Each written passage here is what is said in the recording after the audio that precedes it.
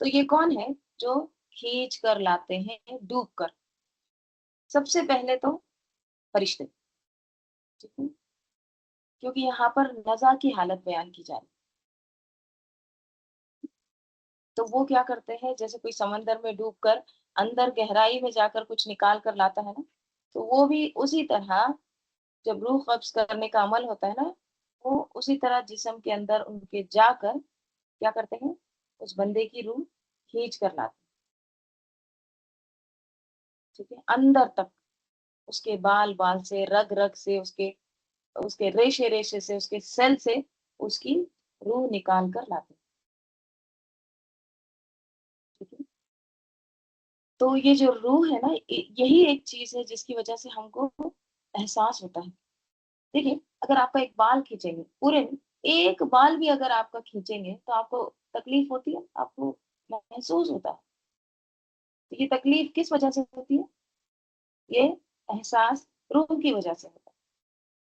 اب کس طرح سے ہوتا ہے، کیسے کھینچتے ہیں، کتنا اندر گہرائی تک جاتے ہیں، کیسے کیسے ہوتا ہے عمل، اس کی حقیقت واللہ تعالی اعلم، کہ فرشتے کہاں تک جاتے، کیسے نکال کے لاتے ہیں، کس طرح سے جوڑ جوڑ میں داخل ہوتے ہیں، وہاں پر پھر کیسے مکمل وہ عمل کرتے ہیں، کیسے کھینچتے ہیں، یہ جو ہے نا، یہ آیات متشابہات میں سے، اصل حقیقت اللہ تعالیٰ جانتے ہیں، ٹھیک ہے۔ ہم اس کو کوئی دنیاوی آلے کے ساتھ یا کوئی دنیاوی انسٹرومنٹ کے ساتھ، کوئی پیمانے کے ساتھ ہم اس کو معلوم نہیں کر سکتے کہ لگا دو وہ پیمانہ، وہ آلہ، اچھا یہ 63% ابھی روح چلی گئی ہے، اتنی باقی ہے، اچھا 92 گئی ہے، اتنی باقی نہیں، کوئی بھی ایسا آلہ نہیں بنا۔ اتنی دیکھیے ٹیکنالوجی ترقی کی ہے، لیکن روح کے معاملے میں جان نکلتے وقت یہ تمام جو ہے نا غیب کی چیزیں کوئی نہیں بتا سکتا، ٹھیک ہے۔ تو بہرحال الفاظ یہی بتاتے ہیں کہ نازعات سے مراد کیا ہے، پھر فرشتے ہیں جو روح کھینچتے ہیں اور ڈوب کر اندر جا کر سب کچھ نکال لاتے ہیں، کوئی بھی چیز باقی نہیں رکھتے، ٹھیک ہے۔ تو والنازعات غرق، قسم ہے ان فرشتوں کی جو کھینچنے والے ہیں، غرقا، کس طرح سے، ڈوب کر، ٹھیک ہے، غرق ہو کر۔ آگے اللہ تعالیٰ فرما رہے ہیں والناشطات نشطا، والناشطات، پھر سے قسم کھائی جا رہی، اور قسم ہے ان فرشتوں کی جو کیا کرتے ہیں، جو آسانی سے نکالنے والے ہیں، نشطا، نکال لینا۔ دیکھیے کوئی بھی چیز اپنی طرف جب کھینچتے ہیں نا، پھر اس کو چھوڑ بھی دیتے ہیں، ٹھیک ہے۔ تو نشطا کے میننگ کیا ہوتے ہیں، آسانی کے ساتھ چھوڑ دینا، نکال لینا، ریلیز کر دینا۔ تو اللہ تعالیٰ یہاں پر کہہ رہے ہیں نشطا ینشطو، اس کے جو لغوی معنی آتے ہیں وہ ہے بندھی ہوئی چیز کھولنا، ٹھیک ہے، بند کھولنا، اس کے لیے آتا ہے۔